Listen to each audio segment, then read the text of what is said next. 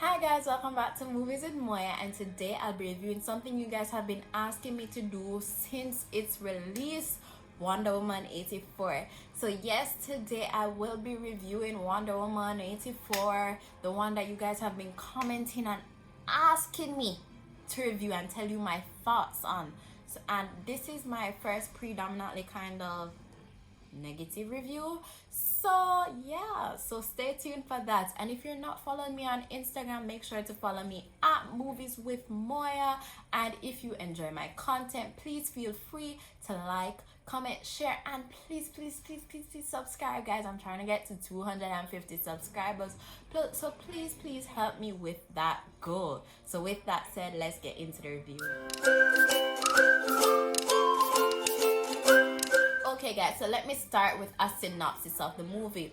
So in Wonder Woman 84, basically you're seeing the superhero we know, Wonder Woman, fight this new villain called Max Lord, whose evil power is that he's granting everyone's wishes. Yeah, sounds a little crazy, right? Because every movie with wishes always ends up good and well and fine and dandy, but it does not in Wonder Woman 84.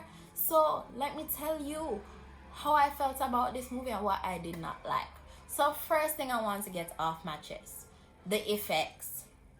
I felt like this movie looked very low budget. The running seemed fake, the fighting seemed fake. Like even that first scene where she is being chased by Max and his henchmen, and she's like trying to stop the shooting and you know block the bullets, it just seemed so fake. Like it literally seemed like they set up a few props and they had a 2008 kind of budget technology thing.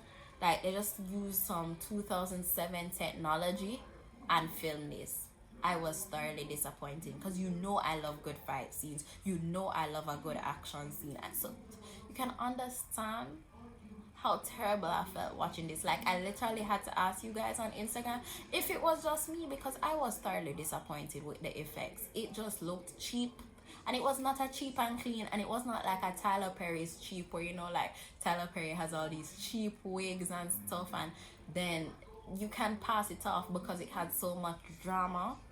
Nah, because this was not only cheap, but secondly, the villains were weak. Max Lord was weak. I don't think he had a good origin story at all, because he was just a loser. Like plain and simple, he was just this loser who was actually like a con man before, because he was trying to sell people oil and stuff, and then that business failed, and then he heard about this magic stone which he takes from this girl Barbara, and I'm gonna talk about Barbara to you again. Like he takes this stone from Barbara, and then he wishes to become the stone, and then he starts granting everybody's wishes, but like he has no real power, you know. Like he could have been taken down early in the movie because he's weak. Like all he can do is grant wishes. Like if Wonder Woman did like get around to him early up in the movie, there would be no 2 hours of this movie, point blank. Like he was a weak villain, like literally no competition. And then you have Barbara, as I mentioned. So Barbara starts off as this really likable character. In the early parts of the movie, you see her trying to be friends with Diana. Diana is Wonder Woman, by the way, if you don't know that.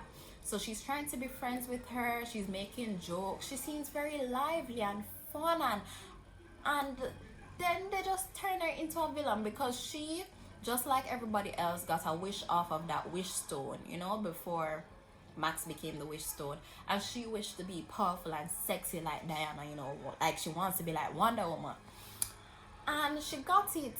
But then they were like, to stop Max we have to renounce our wishes, and she was like, nah, I'm not play that, and all of a sudden she's evil.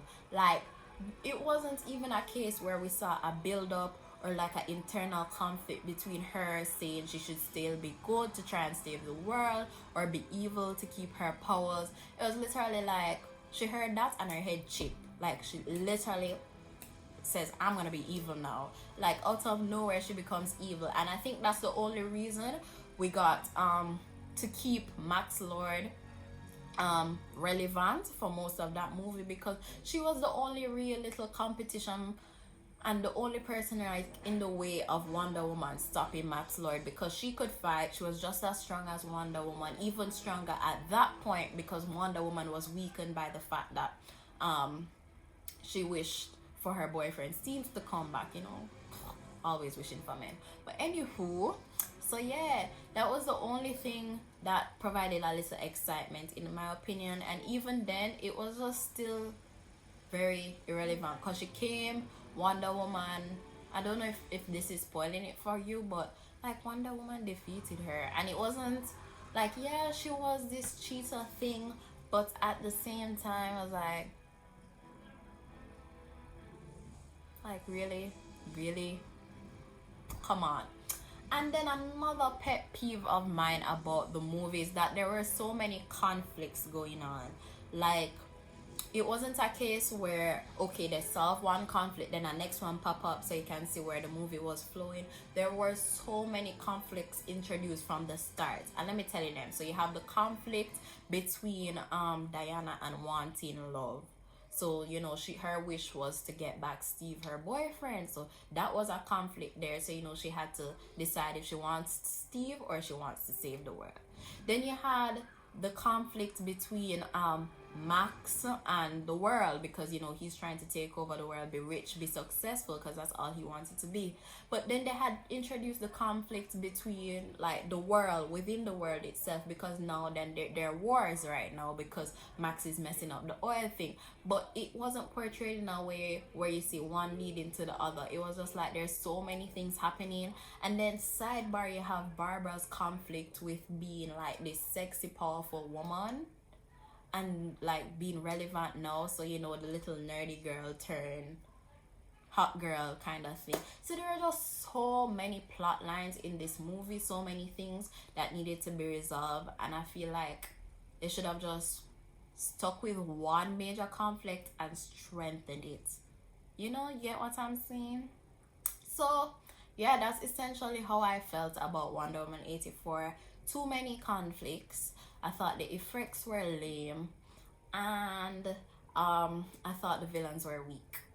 So with that said, let me know what you think. Remember to follow me on Instagram at Movies with Moya, and feel free to DM me any suggestions that you have. Like, comment, and share this. And if you're not already, please guys, please subscribe so I can get to 250 subscribers. And with that said, thanks for watching, guys.